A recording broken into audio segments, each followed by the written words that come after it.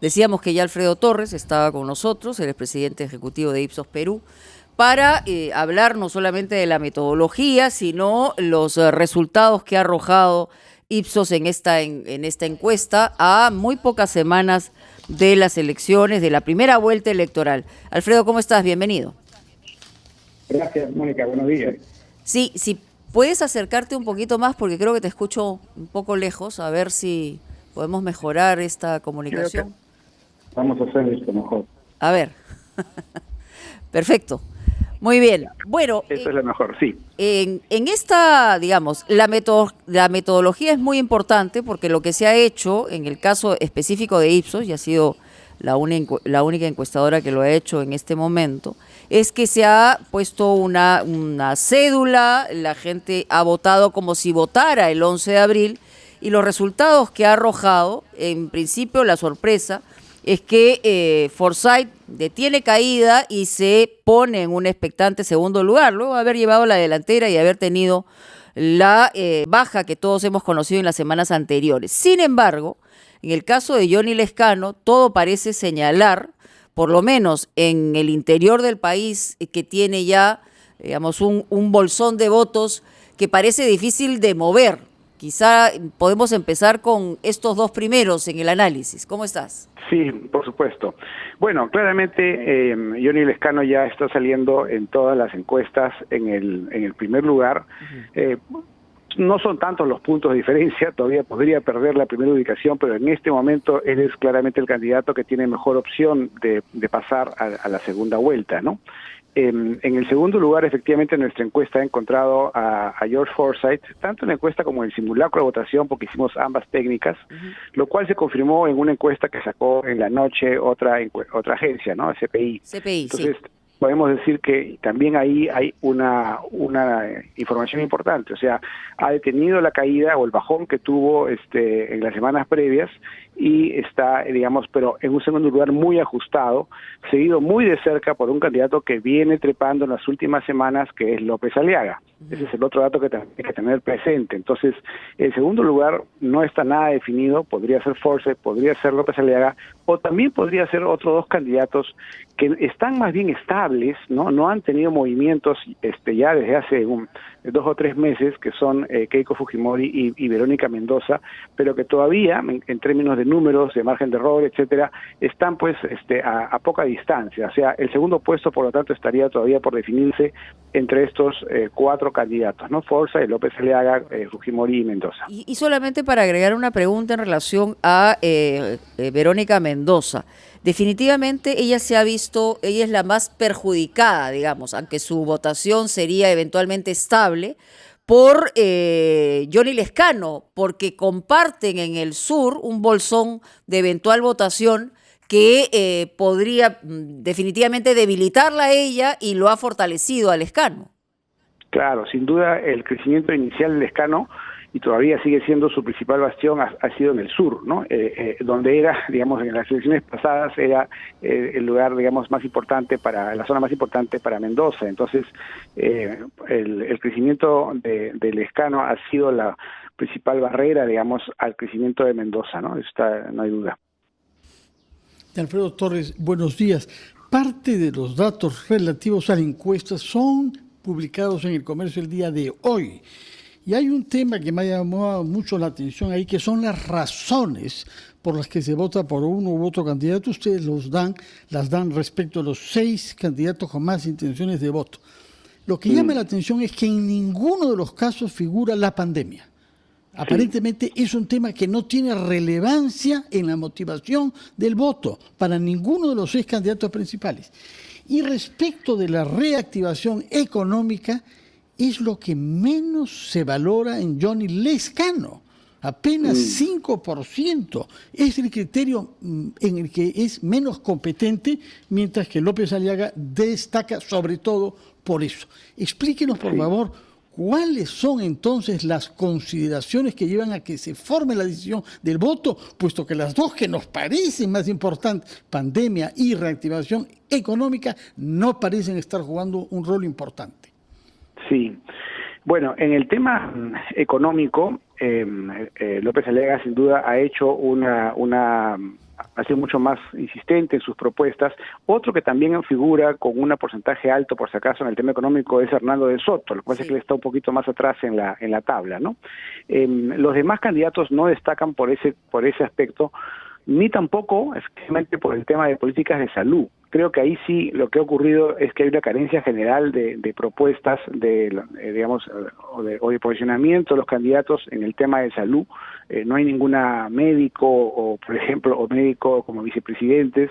Eso es una señal de que los candidatos probablemente asumían que el tema iba a estar resuelto por este gobierno, ¿no? Y aún ahora, digamos, más allá de decir que ellos comprarían más vacunas, tampoco tienen una propuesta integral sobre el tema de salud que resulte suficientemente atractiva, ¿no?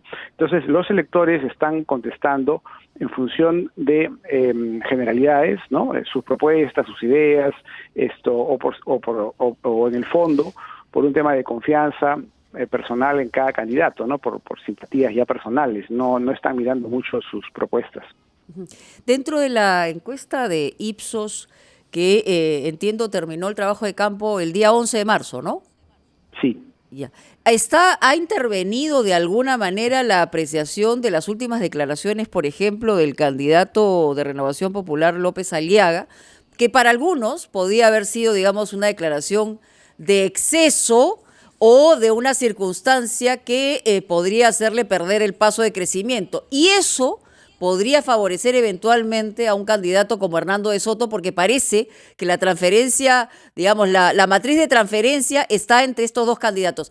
¿Me permites, Alfredo? Vamos a tener que ir a una pausa y regresamos sobre ese tema, porque creo que es interesante ver qué pasa si alguno de los candidatos pierde el paso, quién recogería ese paso en el camino. Ya volvemos.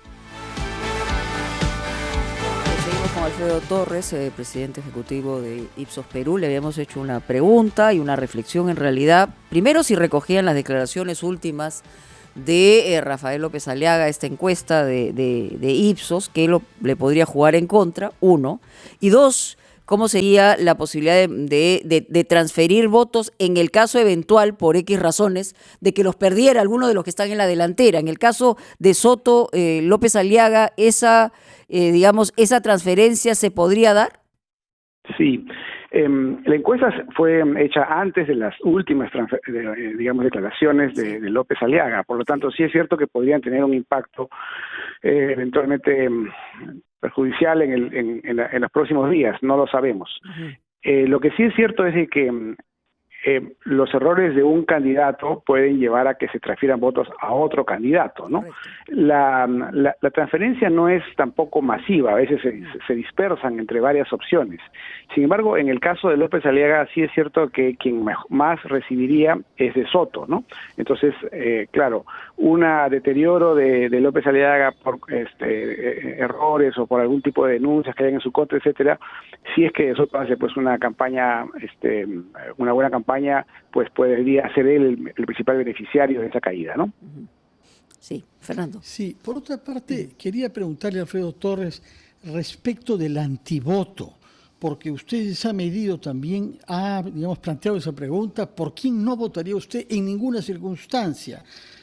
Keiko Fujimori ahí gana de lejos, porque hay 70% de los encuestados que dicen que jamás votaría con ella, lo que naturalmente hace pensar que la tendría muy difícil contra cualquiera en una eventual segunda vuelta. Pero hay otros que suben un poco y que bajan un poco, y el que entre los 6 principales menos resistencia tiene es Johnny Lescano. Así es.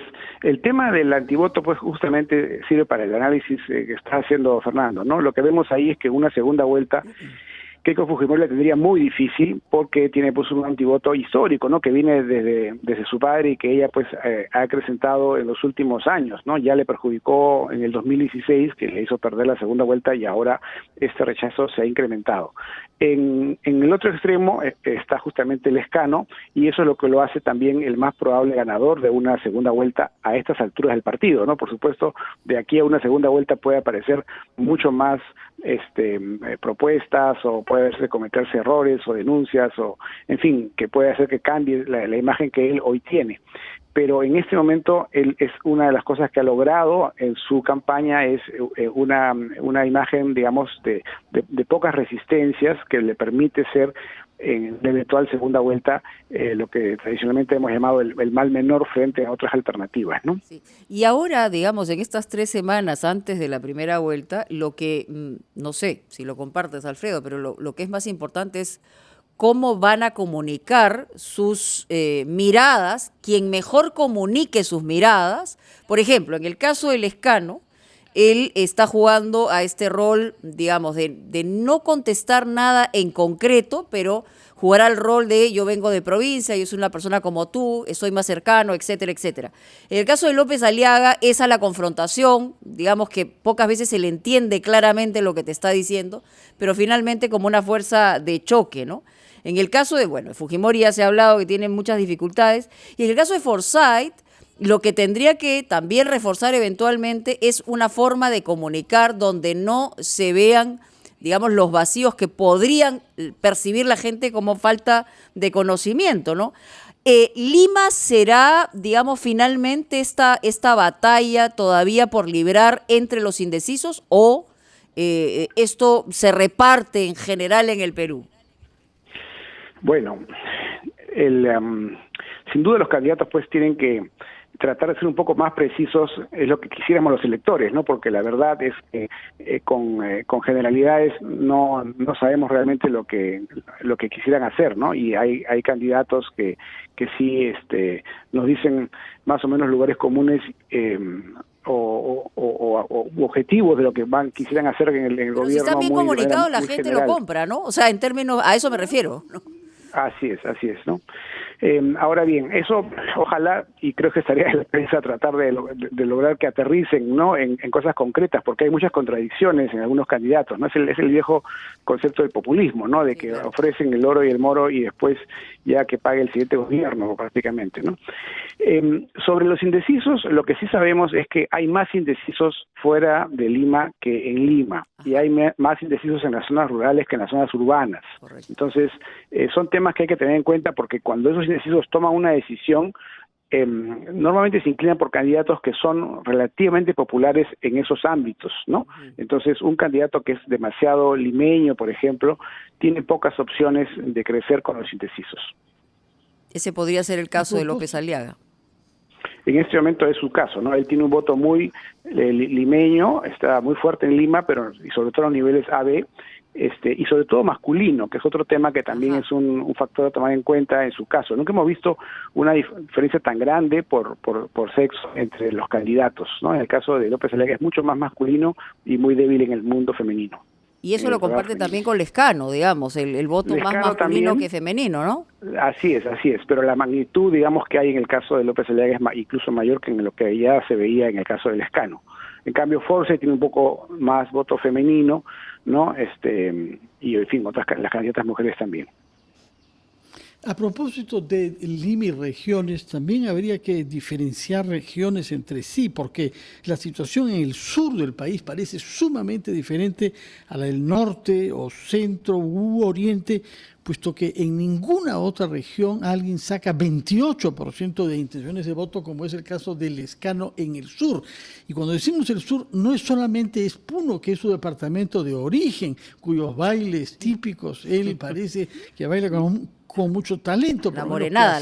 Internautas, entre otros, ¿no? Hay otros que sí. ¿Cómo explica usted que haya una tal diferencia entre la determinación que tendrían muchos electores en el sur y las incertidumbres que serían mayores en otras regiones de nuestro país? Bueno, en el sur, pues, la presencia puneña se vive no solamente en la región de Puno, ¿no? Hay una migración fuerte hacia los departamentos que están más en el litoral, como Arequipa, Tacna, Moquegua, e incluso hacia Cusco, ¿no? Ese puede haber sido el origen de su digamos, apoyo, pero me parece que también él refleja no solamente la cultura puneña, sino también una visión andina, ¿no? Que también, por lo tanto, tiene una buena llegada en el resto de la región, y probablemente penetrando también hacia la Sierra Central, ¿no? En cambio le va muy mal en el Oriente, ¿no? En el Oriente no tiene hasta el momento mucho respaldo, ¿no? O en el norte, donde son otros los candidatos que tienen más apoyo, aunque no con la concentración que él muestra en el caso del sur, ¿no? ¿Puede haber alguna situación de que los que se han quedado bien rezagados, el caso específicamente de Julio Guzmán y el Partido Morado, marquen alguna reversión, digamos, en esta situación que lo ha estancado y lo ha puesto en un lugar bien poco expectante, a pesar de que han venido trabajando? Él ha señalado, ayer conversaba con él, que es básicamente por el tema de la vinculación con Sagasti, Partido Morado, con los que ha tenido personalmente los problemas, pero ¿existe alguna posibilidad o hay históricamente hechos de esta naturaleza que han podido revertir ante una situación determinada, faltando tampoco para una primera vuelta? Bueno, el único caso que se recuerda es el año 90, que Fujimori estaba pues todavía rezagado para estas fechas y que al final logró entrar a la segunda vuelta, en segundo lugar en ese momento, y finalmente fue elegido presidente, ¿no? Esto no es fácil, tendría que haber una debacle de los que están adelante para que alguien que está muy atrás trepe. Lo que sí puede pasar es, como mencionabas en un inicio, que si un candidato en particular, como por ejemplo López Aliaga, pierde respaldo por algunas razones, y otro candidato que apunta al mismo público objetivo, como podría ser de Soto, hace una buena campaña, ocupe, ¿no? En el caso de Guzmán tendría que pasar, pues no sé, con Forza y de repente con Mendoza para que él pueda meterse por ahí, pero por el momento se ve difícil, ¿no? Creo que el desafío para esos candidatos es lograr pasar la valla electoral y lograr tener una bancada importante en el Congreso, ¿no? Lo que tenemos seguro es que en la primera vuelta, digamos, lo que vamos a tener es la conformación de un Congreso probablemente muy fragmentado, que es lo que se avisora, y ya la segunda vuelta es un baile completamente distinto, ¿no? Se plantean cosas totalmente diferentes a las que se plantean en una eventual primera vuelta, ¿no? Así es, está clarísimo, Congreso fraccionado, lo cual por supuesto no es buena noticia. No es lo ideal, pero si las cosas siguen como van, Acción Popular tendría una bancada más grande que la que tiene en este Congreso, o sea, no sería tan fraccionado como este Congreso, pero vamos a ver, de aquí a las elecciones todavía faltan varias semanas. Muy bien. Y luego, como bien decía, la segunda vuelta es otra partida, el país ahí se polariza, se forman algunas alianzas, los discursos pues se adaptan a esa nueva realidad, entonces es otro partido, efectivamente. Sí, bueno, y ahí en el caso de FREPAP, por ejemplo, también va calladito, pero tiene la posibilidad de tener una representación interesante dentro del próximo partido, ¿no? Según lo que se ha visto. Pero en fin, hay mucho por conversar. Alfredo, agradecemos muchísimo siempre la buena disposición. Estamos al borde de la hora, nos vamos a titulares y volvemos a Ampliación de Noticias.